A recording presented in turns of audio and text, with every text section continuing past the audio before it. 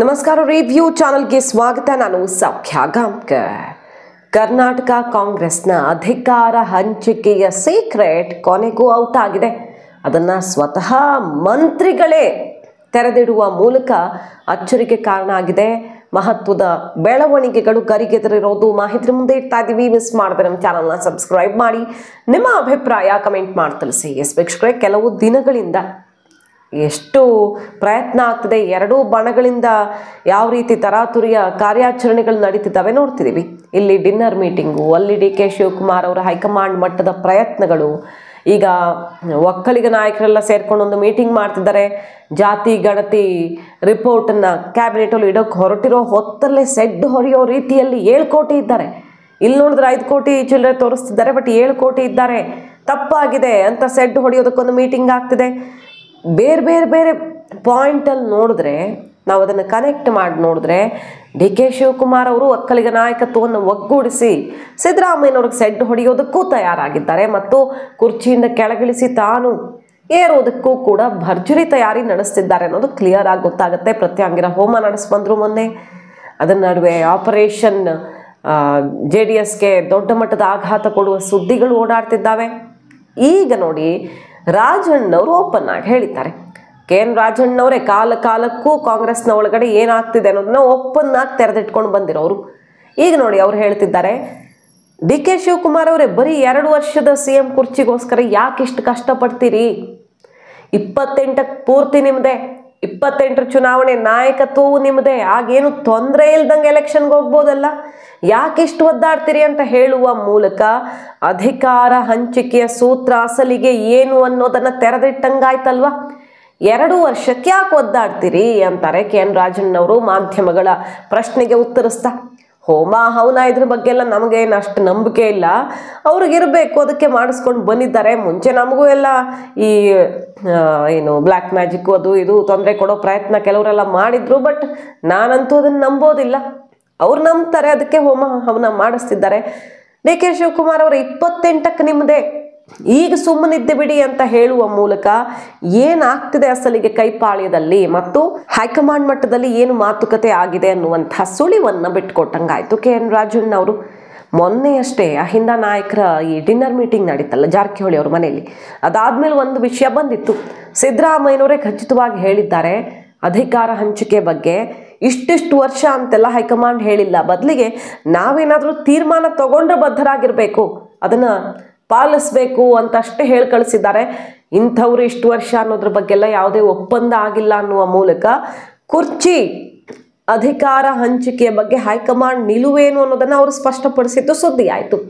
ಈಗ ನೋಡಿದ್ರೆ D K Shivakumar ಅವ್ರಿಗೆ 2 ವರ್ಷಕ್ಕೆಲ್ಲ ಯಾಕೆ ಒದ್ದಾಡ್ತೀರಿ, ಆಮೇಲೆ 28ಕ್ಕೆ ನಿಮಗೆ ಬಿಟ್ಕೊಡ್ತೀವಿ ಪೂರ್ತಿಯಾಗಿ, ಏನು ಸಮಸ್ಯೆ ಆಗದಂಗೆ ಅಂತ ಹೇಳ್ತಿದ್ದಾರೆ ರಾಜಣ್ಣವರು. ಸೊ ಕೈಪಾಳ್ಯದಿಂದ ಸಿಗ್ತಿರುವ ಕ್ಲಾರಿಟಿ ಇದು. ಮತ್ತೊಂದು ಕಡೆ ಈಗ ತಿಳಿದು ಬರ್ತಿರೋ ಮಾಹಿತಿ ಪ್ರಕಾರ ಅಕ್ಟೋಬರ್ಗೆ ಒಂದು ಅವಧಿ ಮುಕ್ತಾಯವಾಗುತ್ತಂತೆ. ಅಧಿಕಾರ ಹಂಚಿಕೆಯ ಸೂತ್ರದ ಅಡಿಯಲ್ಲಿ ಅಕ್ಟೋಬರ್ ಬಂದರೆ ಒಂದು ಅವಧಿ, ಅಂದರೆ ಒಬ್ಬರ ಅವಧಿ ಪೂರ್ತಿಯಾಗಿ ಇನ್ನೊಬ್ಬರಿಗೆ ಬಿಟ್ಕೊಡುವಂಥ ಸಮಯ ಬರುತ್ತೆ. ಅಕ್ಟೋಬರ್ ಬಂದ ತಕ್ಷಣ ತಗೊಳ್ಳಿ ಬನ್ನಿ ಅಂತ ಕುರ್ಚಿ ಬಿಟ್ಟೇನು ಇಳಿಯಲ್ವಲ್ಲ. ಆವತ್ತಾಡಿರೋ ಮಾತುಗಳು, ಇವತ್ತಿನ ಪರಿಸ್ಥಿತಿಗಳೆಲ್ಲ ಸನ್ನಿವೇಶ ಬದಲಾಗಿರುತ್ತೆ. ಹಾಗಾಗಿ ಅಷ್ಟು ಸುಲಭವಾಗಿ ಅಕ್ಟೋಬರ್ ಬಂದ ತಕ್ಷಣ ಸಿದ್ದರಾಮಯ್ಯನವರು ಇಳಿದು ಬಿಡ್ತಾರೆ ಆ ರೀತಿ ಅಂತ ಹೇಳೋಕ್ಕಾಗಲ್ಲ. ಸೊ ಡಿ ಕೆ ಶಿವಕುಮಾರ್ ಅವರು ಸಹಜವಾಗಿ ತಮ್ಮ ಪ್ರಯತ್ನ ಜೋರು ಮಾಡಬೇಕಾಗತ್ತೆ, ಈಗ ಕಾರ್ಯಾಚರಣೆ ಚುರುಕುಗೊಳಿಸಬೇಕಾಗತ್ತೆ. ಅದರ ಭಾಗವೇ ಈಗ ನಡೀತಿರೋದೆಲ್ಲ ಅಂತ ಹೇಳಲಾಗ್ತಿರೋದು.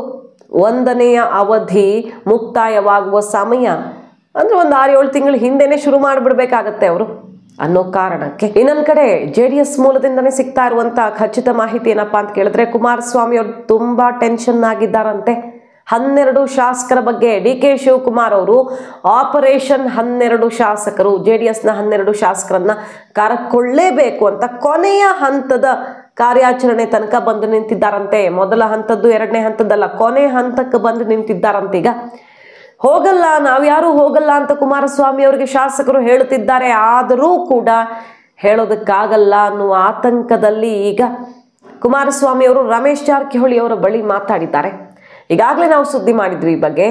BJPಯದ್ದು ಒಂದು ಡಿಮ್ಯಾಂಡ್ ಇದೆ, ವಿಜಯೇಂದ್ರ ಕಟ್ ಹಾಕೋದಕ್ಕೆ ಹೈಕಮಾಂಡ್ ಜೊತೆ ಮಾತಾಡಿ ನಮಗೆ 100 ಕ್ಷೇತ್ರಗಳ ಜವಾಬ್ದಾರಿ ಕೊಡಿಸ್ಕೊಡಿ ಮುಂದಿನ ಎಲೆಕ್ಷನ್ಗೆ ಅಂತ ವಿಜಯೇಂದ್ರ ಬಣದ ವಿರುದ್ಧ ಯತ್ನಾಳ್ ಜಾರಕಿಹೊಳಿ ಟೀಮ್ ಕುಮಾರಸ್ವಾಮಿ ಅವರು ಮಧ್ಯಸ್ಥಿಕೆ ಬಯಸ್ತಿದೆ. ಅದೇ ರೀತಿ ಈಗ ಕುಮಾರಸ್ವಾಮಿ ಅವರು ತನ್ನ ಪಕ್ಷದ ಶಾಸಕರನ್ನು ಉಳಿಸಿಕೊಳ್ಳೋದಕ್ಕೆ ಜಾರಕಿಹೊಳಿ ಇನ್ನಿತರ ಮೊರೆ ಹೋಗಿದ್ದಾರೆ ಅಂತ ಹೇಳಲಾಗ್ತಿದೆ. ಅಂದರೆ ಬೇರೆ ಬೇರೆ ಬಲಗಳು ಬೇಕಾಗ್ತವೆ. ಯಾವುದೇ ಲೆಕ್ಕಾಚಾರದಲ್ಲಿ ಪಕ್ಷ ಬಿಡುವಂಥ ಆಲೋಚನೆಯಲ್ಲಿರೋರು ಇರಬಹುದು. ಸೊ ಅದೆಲ್ಲದಕ್ಕೂ ಕಡಿವಾಣ ಹಾಕಬೇಕು ಅನ್ನೋ ಕಾರಣಕ್ಕೀಗ ರಮೇಶ್ ಜಾರಕಿಹೊಳಿ ಅವ್ರ ಜೊತೆ ಬಹಳ ಡೀಪ್ ಆಗಿ ಗಂಟೆಗಟ್ಟಲೆ ಈ ವಿಚಾರ ಚರ್ಚಿಸಿದ್ದಾರೆ ಅಂತ ಹೇಳಲಾಗ್ತಿದೆ. ಎರಡೂ ಕಡೆಯಿಂದ ಕೆಲವು ವಿಚಾರಗಳು ಪ್ರಸ್ತಾಪ ಆಗಿದೆ. ಹೇಗಾದರೂ ಮಾಡಿ ಇವರು ವಲಸೆ ಹೋಗೋದನ್ನು ತಡಿಬೇಕು. ಹೇಗೂ ಡಿ ಕೆ ಶಿವಕುಮಾರ್ ಅವರಂದರೆ ರಮೇಶ್ ಜಾರಕಿಹೊಳಿ ಅವ್ರಿಗೆ ಗೊತ್ತು ಯಾವ ರೀತಿ ಜಿದ್ದು ಅಂತ. ಹಾಗಾಗಿ ಇಲ್ಲಿಂದ ಶಾಸಕರು ಹೋದ್ರೆ ಅವ್ರಿಗೆ ಮತ್ತಷ್ಟು ಬಲ ಬರುತ್ತೆ ಅನ್ನೋ ಕಾರಣಕ್ಕೂ ಅವರು ಟಾಸ್ಕ್ ಕೈಗೆತ್ಕೊಳ್ಬಹುದು. JDS ನ ಶಾಸಕರು 12 ಜನ, ಅಂದ್ರೆ ಪಕ್ಷಾಂತರ ನಿಷೇಧ ಕಾಯ್ದೆ ಕೂಡ ಯಾವುದೇ ತೊಂದರೆ ತರಲೇಬಾರದು. 3/2 ಶಾಸಕರು ಬಂದು ಬಿಟ್ರೆ ಲೆಕ್ಕ ಪಕ್ಕ ಅನ್ನೋದು ಡಿ ಕೆ ಶಿವಕುಮಾರ್ ಅವರ ಸಮೀಕರಣವಂತೆ.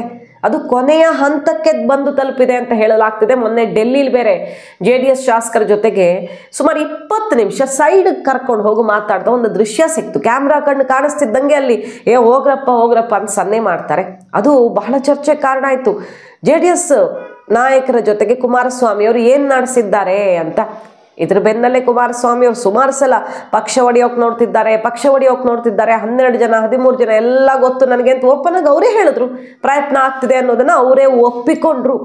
ಈಗ ಆತಂಕದಲ್ಲಿದ್ದಾರಂತೆ DK ಈ ಆಪರೇಷನ್ಗೆ. ಸೊ ಕುರ್ಚಿ ಏರಲೇಬೇಕು ಅಂತ DK ಶಿವಕುಮಾರ್ ನಿರ್ಧರಿಸಿ ಬಿಟ್ಟಂಗೆ ಕಾಣಿಸ್ತಿದೆ. ನಿನ್ನೆ ST ಸೋಮಶೇಖರ್ ಅವ್ರು ಏನು ಹೇಳಿದ್ರು, ನಮ್ಮ ಗುರುಗಳು ಮುಖ್ಯಮಂತ್ರಿ ಕುರ್ಚಿ ಏರ್ತಾರೆ ಅಂತ 25 ವರ್ಷದ ಹಿಂದೆನೆ ಭವಿಷ್ಯವಾಣಿ ಆಗಿದೆ.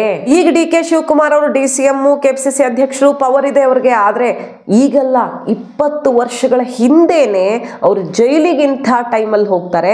ಅದು ಆದ್ಮೇಲೆ ಜೈಲಿಗೆ ಹೋಗಿ ಬಂದ್ಮೇಲೆ ಇಂಥ ಟೈಮಲ್ಲಿ CM ಆಗ್ತಾರೆ ಅನ್ನೋ ಭವಿಷ್ಯವಾಣಿಯನ್ನ ಒಬ್ಬ ಪ್ರಬಲ ಜ್ಯೋತಿಷಿ ನುಡಿದಿದ್ರು ಅನ್ನೋ ಮಾತು ಅವರು ಹೇಳಿದ್ರು. ಸೋಮಶೇಖರ್ ಅವರು ಅವ್ರ ಹಣೆಯಲ್ಲಿ ಬರೆದಿದ್ರೆ ಹಾಗೆ ಆಗ್ತಾರೆ CM ಅಂತ. 8 ಜನ ಶಾಸಕರು BJPಯಿಂದ ಬರೋದಕ್ಕೆ ರೆಡಿ ಇದ್ದಾರೆ ಅನ್ನೋ ಮಾತನ್ನು ಹೇಳಿದ್ರು. ಅಂಥ ಕಾರ್ಯಾಚರಣೆ ಈಗಲೂ ಜಾರಿಯಲ್ಲಿದೆ.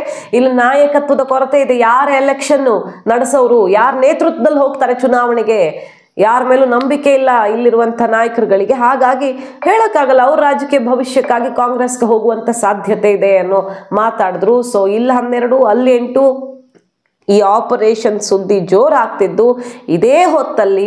ಬರೀ 2 ವರ್ಷಕ್ಕಲ್ಲ, ಯಾಕೆ ತಲೆ ಕೆಡಿಸ್ಕೊಳ್ತೀರಿ DK ಶಿವಕುಮಾರ್ ಅವರೇ? 28ಕ್ಕೆ ನೋಡ್ಕೊಳ್ಳಿ ಅಂತಿದ್ದಾರೆ ಸಿದ್ದು ಬಣದ ಮಿನಿಸ್ಟರ್ಗಳು. DK ಶಿವಕುಮಾರ್ ಅವ್ರಿಗೆ ಕುತೂಹಲಕ್ಕೆ ಕಾರಣ ಆಗಿದೆ ಕೈಪಾಳ್ಯದ ಈ CM ಕುರ್ಚಿ ಬಡಿದಾಟ. ಮಾಹಿತಿ ನಿಮ್ಗೆ ಇಷ್ಟ ಆಗಿದ್ರೆ ಮಿಸ್ ಮಾಡಿದ್ರೆ ನಮ್ಮ ಚಾನಲ್ನ ಸಬ್ಸ್ಕ್ರೈಬ್ ಮಾಡಿ. ನಿಮ್ಮ ಅಭಿಪ್ರಾಯ ಕಮೆಂಟ್ ಮಾಡಿ ತಿಳಿಸಿ. Thank you.